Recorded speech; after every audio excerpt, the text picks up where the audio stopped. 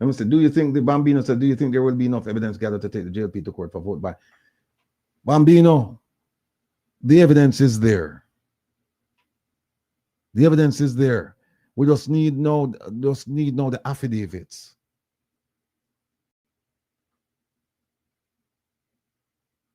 But people witness this.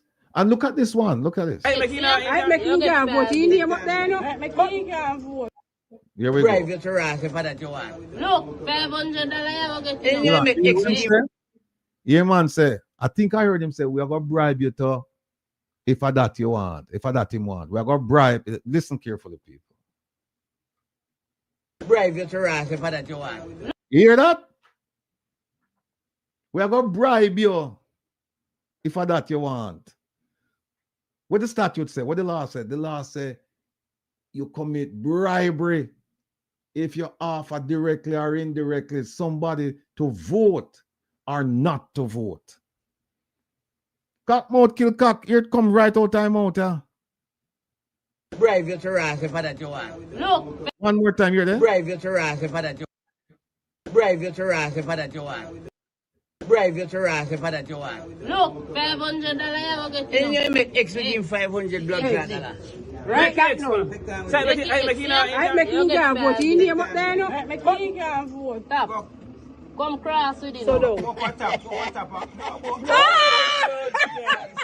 You know what some people are doing? We're not going to further with this. You can't make this up, my people. You can't make this up.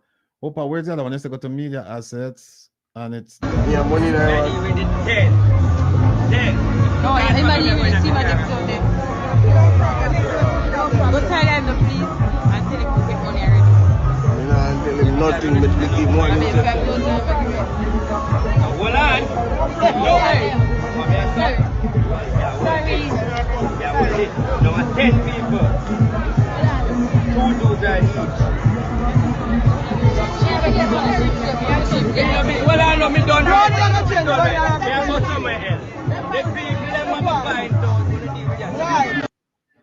hear that? Him give money to 10 people for go vote.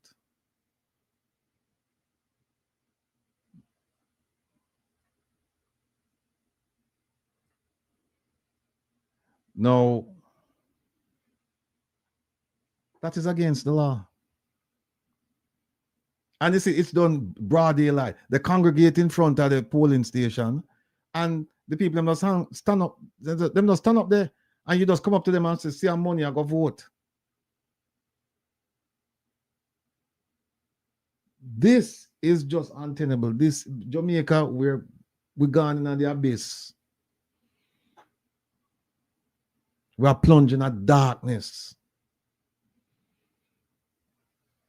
And that's why this gentleman could have said the things same way him say about we become. Oh my God. And they're stupid. They're dunce, they're dark, and they're stupid. They are dunce. Oh they my are dark, and they're stupid. And that's why we can't buy them out. We can't give them a 5 grand, a 2 grand, a 10 grand, a 15 grand, whatever the price is. We'll buy them. And that's why the politician, and I heard a story where a gentleman who got money to vote from a politician went to see the politician a year or two later and said, "Listen, I need some money." And the politician said to him, "I already pay you for your vote already. I don't have no more money for you."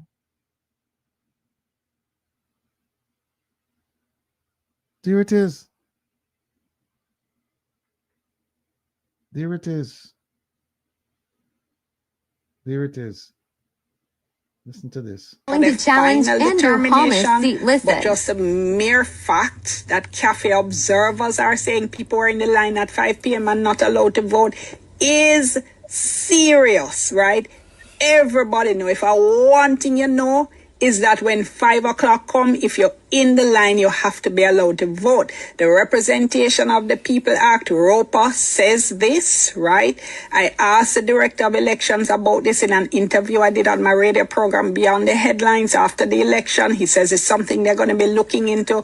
We cannot allow this to drop. We can't drop this. This is serious. This is concerning. This has to be explained by the Electoral Office. Now, the PNP went on to say that while they respect the will of the voters, they said they can't ignore the corrosive effects of these illegal and immoral actions on public trust in the electoral process. And they said they're calling on the Electoral Commission, law enforcement, and civil society to deal with this, to take steps, they said, to confront and eradicate these practices. Now, there's another development, which is that Paul Buchanan, the PNP candidate who ran against Prime Minister Andrew Holness, says he's challenging the results. He's alleging irregularities in PNP stronghold polling stations. He claims there was a, quote, strange removal of several boxes. He says he's gathering evidence. He says he'll report the matter officially to the Electoral Office within a week. So we're tracking all of that and we'll update you on that. So what happens now? First of all... See? And here's...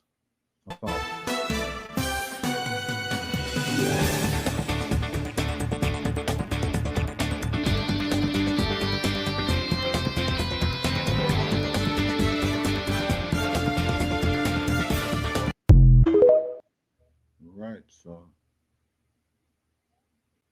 Paul Buchanan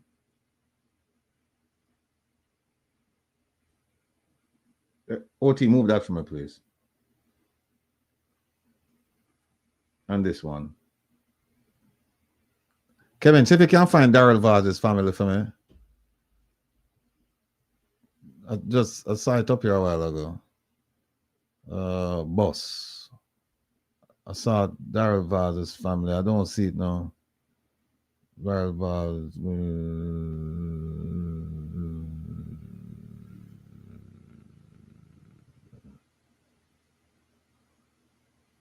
Kevin gone. Kevin gone, people. Kevin left me.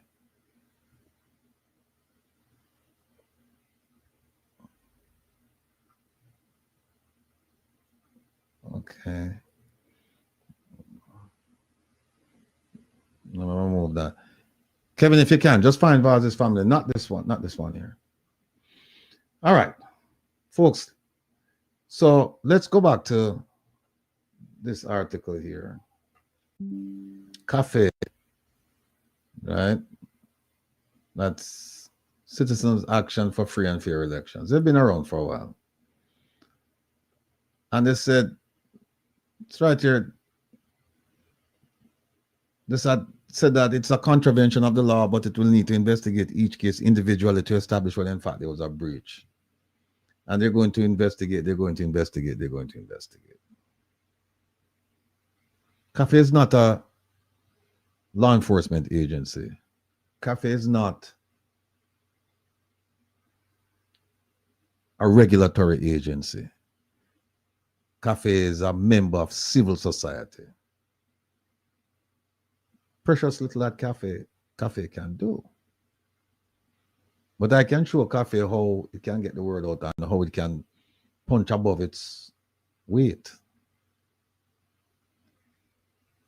We'll talk about that some other time.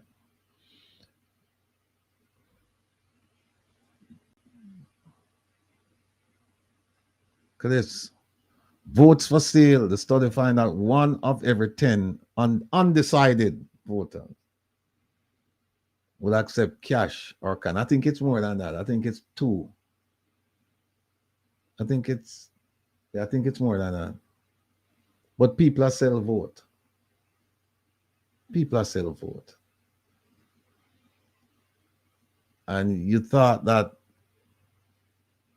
by now these things would have been handled by EOJ.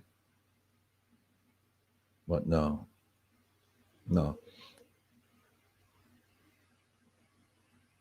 We are hear some stories about him.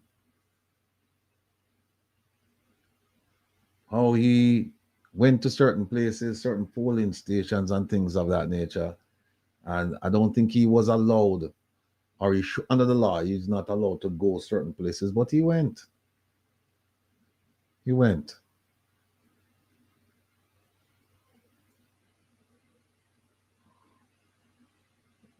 I'm going to show you something.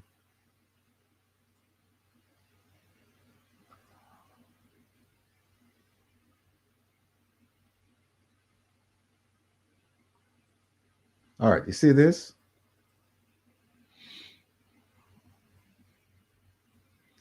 It says that in the Prime Minister's South Andrew West Central, in his constituency, that there were 32,213 registered voters, and they came up with 17,997 spoiled votes. And we're going to tell you the difference between a rejected vote and a spoiled vote. And then I come up with this. Said the Prime Minister received on election day night, he received 7,050 after being behind with about 14 boxes to go.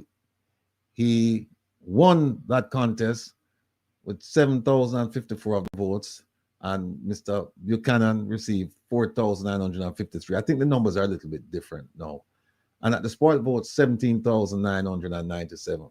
Now, we have been told that EOJ said that they didn't put this out. And you see it says source EOJ. They said, no, we didn't put this out. So let's say they didn't put it out. Oh, Steffi sent me something. Hold on, Steffi. Hold on.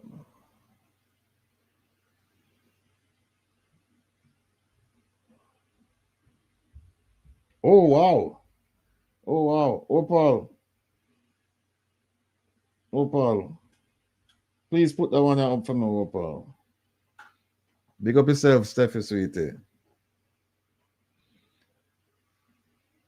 Now, so the EOJ said, no, we didn't put this out. This is fake news, right? But the Prime Minister won. That's what we're being told. After he was behind, and I think there were 14 boxes left to be counted. And based on what I've read, the Prime Minister received above, I think, like 90% of the remaining boxes. So that means that every 10 voters in those boxes voted for out of every 10 voters, 9, I think, voted for the Prime Minister, which is, they're saying that's just, it's unheard of. It's unheard of. So the question is, what can Mr. Buchanan do? What can he do? The Representation of People Act, it gives the guidelines as to what can be done to rectify a situation like this. I don't want to bore you with the details because some parts of it are very convoluted. It's very legalese, and it's going to take you don't need that. So let me just break it down for now.